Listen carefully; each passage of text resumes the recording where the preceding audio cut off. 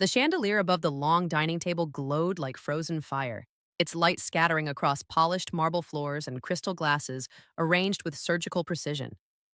Everything about the house spoke of money carefully displayed, wealth that wanted to be seen. At the head of the table sat Diego Alvarez, relaxed, confident, one arm draped over the back of his chair as if the mansion itself belonged to his posture. Laughter came easily to him tonight. He was in his element. Beside him sat Maria. She wore a simple midnight blue dress, unadorned, tailored to her frame without begging for attention. No diamonds, no heavy makeup.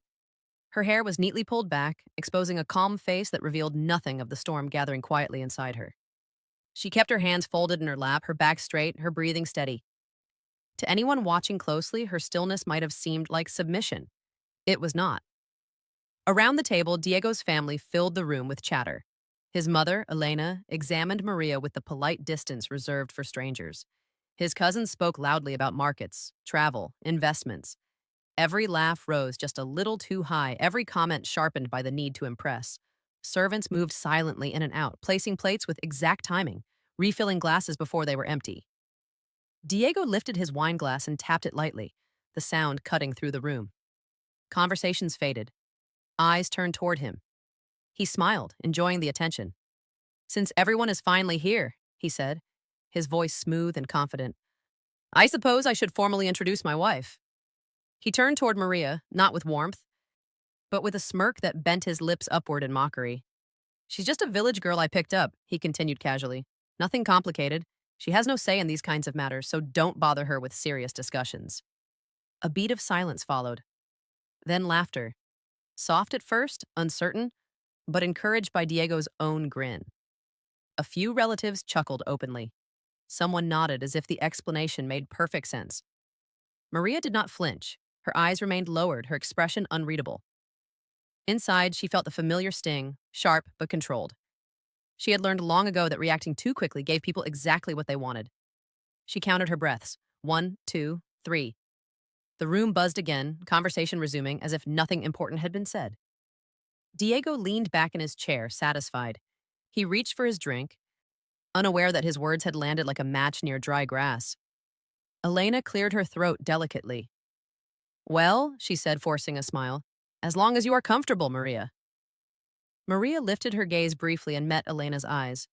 There was no anger in her look, only composure. She nodded once, respectfully, then returned her attention to her plate. Diego's cousin, Rafael, leaned forward. "So, Diego," he said, lowering his voice conspiratorially, "have you finalized the arrangements yet?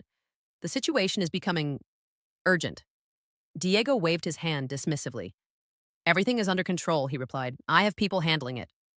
Maria's fingers tightened almost imperceptibly. She recognized the tension beneath the words. Urgent meant pressure. Pressure meant cracks. She noticed the way Diego avoided details, the way his confidence felt slightly rehearsed. She had seen this before, many times, in rooms where men believed she was invisible. A phone vibrated softly against her thigh. Maria did not move. She did not reach for it. She already knew who it was. Across the table, Diego continued talking, his voice rising, filling space. "Honestly, people complicate things unnecessarily. When you come from nothing, you learn to accept what you're given." He glanced at Maria again, as if she were proof of his point. She swallowed slowly and lifted her glass of water, taking a measured sip. Her calm unsettled him more than anger ever could. For a fleeting moment, his smile faltered, but he quickly recovered.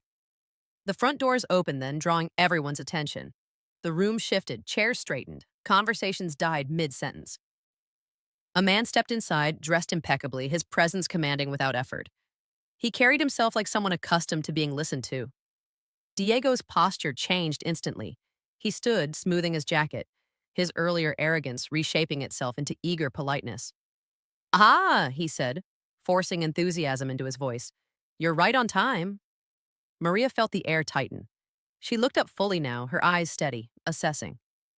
The man's gaze passed over the room, briefly resting on her. Something unreadable flickered there. Recognition, perhaps, before he looked away.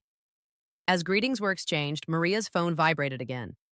This time, she allowed herself a glance. A single message lit the screen. She turned the phone face down without replying. Diego gestured toward the empty seat near him. Please, he said. Join us. The man nodded and moved closer to the table. As he took his seat, his eyes flicked once more to Maria, lingering just long enough to suggest that this evening was not unfolding the way Diego believed. Maria folded her hands again, her pulse steady, her expression unchanged. The insult still echoed in her ears, but it no longer carried weight. The night had already shifted. Diego simply did not know it yet. Outside, the city lights glimmered beyond the tall windows, unaware of the quiet turning point happening within the walls of the mansion. And as the first course was cleared from the table, the space between mockery and regret began to narrow. The atmosphere at the table changed the moment the man settled into his chair. Conversations resumed, but cautiously now. As if everyone sensed an invisible line had been drawn across the evening. Diego poured wine himself, a gesture he usually delegated, his movements slightly too deliberate. This is Alejandro Cruz, Diego announced, smiling broadly. A very important associate.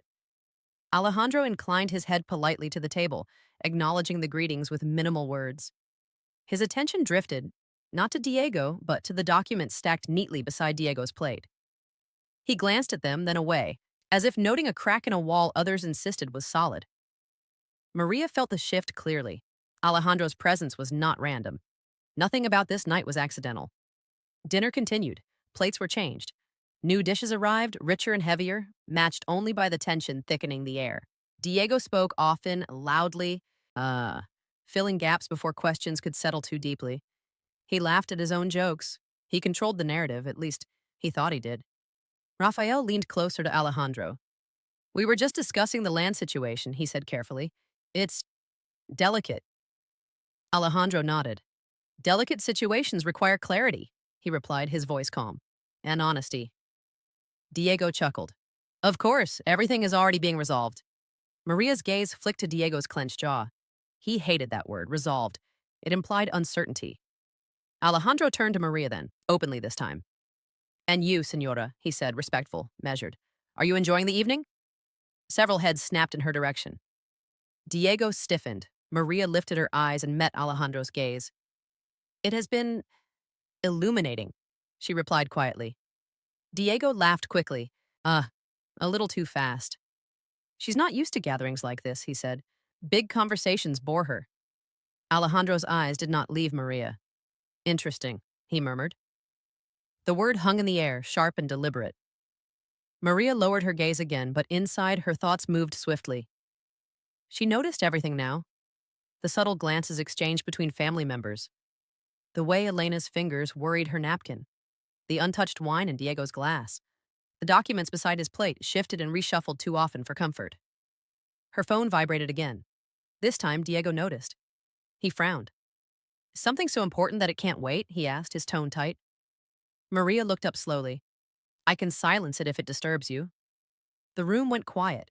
The calmness in her voice unsettled him. He waved his hand dismissively. Do whatever you like. She placed the phone into her handbag without another word. Alejandro leaned back slightly. We should address business sooner rather than later, he said. Time is valuable. Diego nodded eagerly. Of course, after dessert. Alejandro smiled faintly. Now would be better. A pause. Even the servants hesitated. Diego hesitated too, then forced another smile. Very well. Alejandro reached for the documents beside Diego's plate and flipped one open, his brow furrowed. These figures, he said evenly, do not align with what I was told. Diego's laugh came out strained.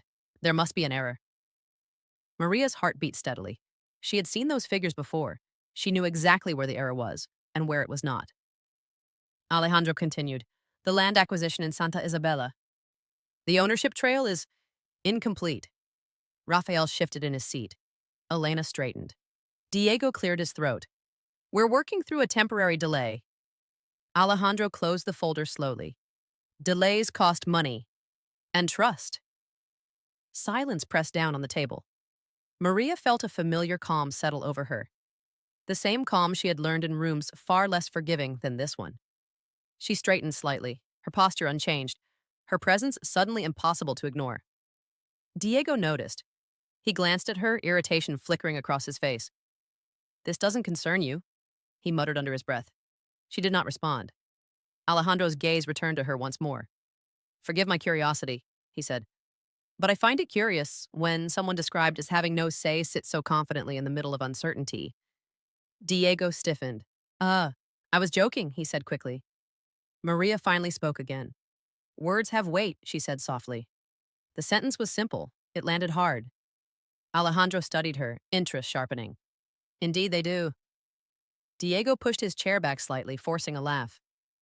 You're reading too much into things. Maria met his eyes then briefly.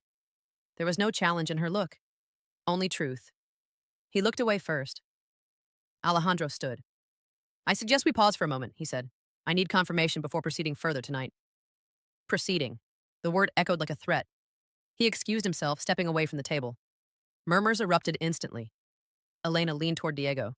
What is happening? She whispered. Diego shook his head. Nothing, he snapped. Everything is fine. But his hands trembled as he reached for his glass. Maria remained seated. Composed. Around her, the illusion of control unraveled thread by thread. She could feel it. The night was tightening around Diego, closing in quietly, methodically. When Alejandro returned, his expression was unreadable. We will continue shortly, he said. I've learned something. Unexpected. His eyes met Maria's again, and this time, there was no doubt in them at all. Diego followed his gaze, confusion creeping into his face. Maria folded her hands in her lap, her breath slow and steady. The distance between mockery and regret had narrowed even further. The room seemed smaller now, as if the walls themselves had leaned inward to listen. No one touched their food. No one spoke. Even the soft clink of cutlery had vanished. Alejandro stood at the end of the table, one hand resting lightly on the back of a chair, his presence anchoring the silence. Diego cleared his throat. You said you learned something, he began, forcing a smile that failed to reach his eyes. I'm sure it's a misunderstanding. Alejandro did not return the smile. I'm sure it is not. He looked around the table once, slowly, deliberately, then back at Diego. Before I proceed, he said, I want clarity, not assumptions, not arrogance. Facts. Diego laughed weakly. Of course. Alejandro turned his gaze toward Maria. Diego stiffened. Why are you looking at her? Alejandro's voice remained calm. Because she is the only person in this room who has not lied tonight. A ripple of shock moved through the family. Elena's hand flew to her chest. Rafael stared openly. Diego pushed back his chair. This is ridiculous, he snapped. She barely understands what we're discussing. Maria rose slowly from her seat. The movement was unhurried, deliberate. The room held its breath. She stood tall now, her posture steady, her presence undeniable. When she spoke, her voice was quiet, but it carried effortlessly across the table. You said I had no say, she began. So I stayed silent. She turned to Alejandro. But silence does not mean ignorance. Alejandro inclined his head slightly, a gesture of respect. Diego's face flushed. Sit down, he hissed. You're embarrassing yourself. Maria looked at him then, truly looked at him. The man who had mistaken her patience for weakness. The man who had built his pride on her supposed smallness. I am not the one being exposed, she said calmly. Alejandro stepped forward and placed a folder on the table. The land in Santa Isabella, he said, opening it. The land holding your supply chain together. The land keeping your accounts afloat. He slid the document across the polished surface until it stopped in front of Maria. It belongs to her. The words landed like a blow. Diego froze. That's impossible. Maria placed her hand on the folder. Her fingers did not shake. It was never impossible, she said. You simply never asked. Alejandro continued. The cooperative operating under a private trust. The one stabilizing your losses. The one I was advised to invest in. He paused. She is the principal owner. Gasps filled the room. Elena stood abruptly. Maria? Her voice cracked. Maria turned to her. I did not hide it, she said gently. I was never invited to speak. Diego stared at her as if seeing a stranger. You used me, he said hoarsely. No, Maria replied. I believed in us. I believed respect would come with time. Alejandro closed the folder. It will not be coming now. Diego spun toward him. You can't pull out. We had an understanding. Alejandro's expression hardened. I do not partner with men who build empires on contempt. Diego's voice rose. This is my house. Alejandro shook his head. It is your house, but It is her leverage. Maria took a slow breath. The moment had arrived, not with fireworks, but with truth. I gave you dignity when you gave me none, she said to Diego. I stood beside you and you mocked me. Tonight, you chose your words. She reached into her handbag and removed her phone. With one calm motion, she sent a message. Alejandro's phone chimed almost immediately. He glanced at the screen, then nodded. The withdrawal is complete. Diego staggered back, gripping the table. You can't do this, he whispered. You're my wife. Maria met his gaze without anger. I was your wife, she said. You made me small so you could feel large. She turned to the family. I never wanted this moment, but I will not shrink to save a man who enjoys my silence. No one spoke. Diego's shoulders slumped, the weight of realization crushing the arrogance out of him. Please, he said, his voice barely audible. Maria picked up the folder and handed it back to Alejandro. I will continue my work, she said, with or without witnesses. Alejandro nodded. You won't be alone. She stepped away from the table. Her heels echoed softly against the marble as she walked toward the door. No one stopped her. No one dared. At the threshold, she paused and looked back once. This is where regret begins, she said quietly. Then she left. Behind her, the chandelier still glowed, the mansion still stood, and Diego remained frozen in the ruins of his own words. Morning light crept into the mansion slowly, slipping through sheer curtains and settling over furniture that suddenly felt oversized and hollow. The house was quiet in a way it had never been before. Not the comfortable quiet of luxury, but the uneasy silence that follows collapse. Diego sat alone at the dining table where everything had unraveled the night before. The chairs were no longer perfectly aligned. A glass lay untouched where it had been abandoned. The chandelier still shimmered above him, but now it felt like an accusation, reflecting his image back at him again and again. He had not slept. Every word replayed in his mind with cruel clarity. She's just a village girl. He heard the laughter, saw the way she had stood, calm, unshaken, untouchable. For the first time, the truth pressed in on him without mercy. He had not lost his power in a single night. He had handed it away piece by piece, every time he chose pride over respect. Footsteps echoed faintly in the hall. Elena appeared in the doorway, her face drawn, her posture no longer sharp with authority. She's gone, she said quietly. Diego nodded. He already knew. She was never what you said she was, Elena continued. And deep down, you knew that. He said nothing. Outside, the city moved on. Calls were made, deals dissolved. Messages went unanswered. By noon, Diego's phone lay face down on the table.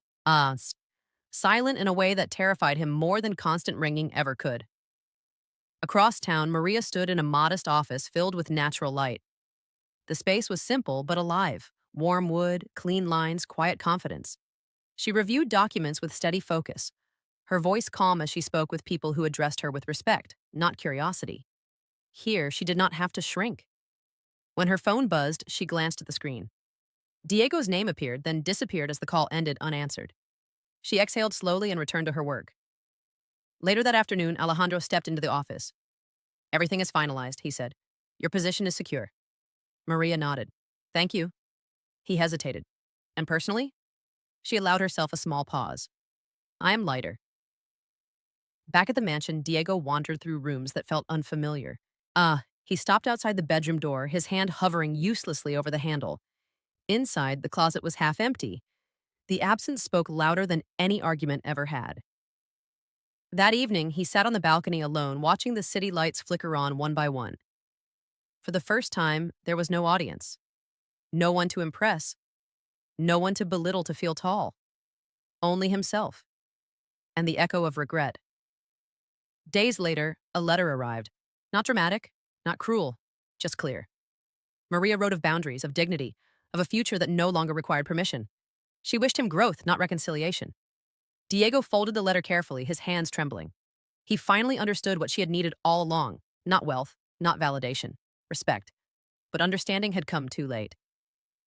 Across the city, Maria walked forward into her life with steady steps, her head high, her silence replaced by certainty. She did not look back.